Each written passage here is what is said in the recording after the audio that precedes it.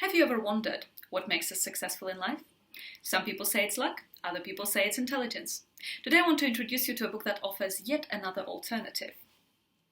Emotional intelligence. I want you to imagine that you are 4 again. For the purpose of this video, I'm drawing a little boy, but of course this could be a little girl.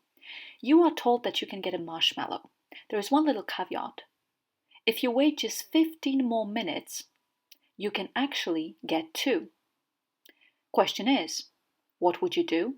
And more importantly, why is it even relevant? What I'm going to do today is I'll briefly review the book, invite you to read it, and then hopefully one day we'll be able to discuss it together.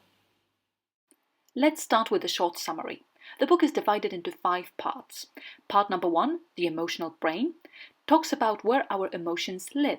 So it's about the limbic system, amygdala, and it also introduces a very interesting concept, emotional hijacking. Part number 2 explores the nature of emotional intelligence even further. So here is where most of the juicy research lives. Part number 3 tells us how we can apply what we know about emotional intelligence to our relationships, at work, and also in medicine. Part number 4 is about how parents should focus on the emotional lives of their children.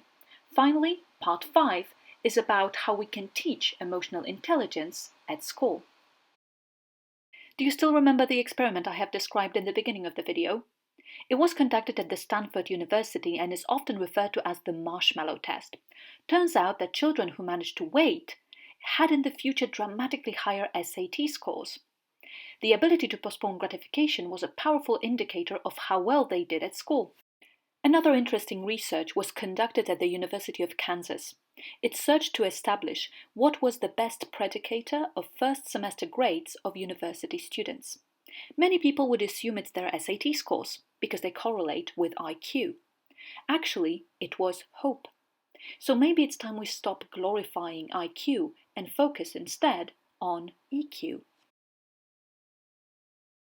Believe me, I know. After a tough day at work, it's sometimes more tempting to just chill with Netflix than to grab a book. However, there are some books that are easier to read than others.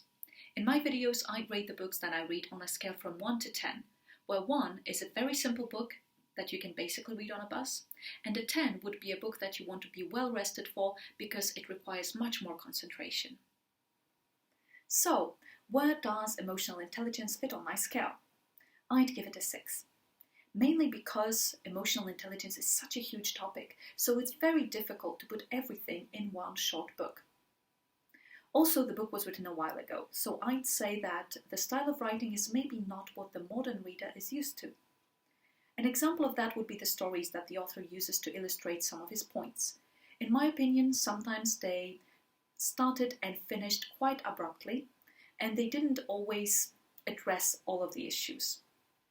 Still, I'd say that everybody should read the book, especially people who have children or people who work with children.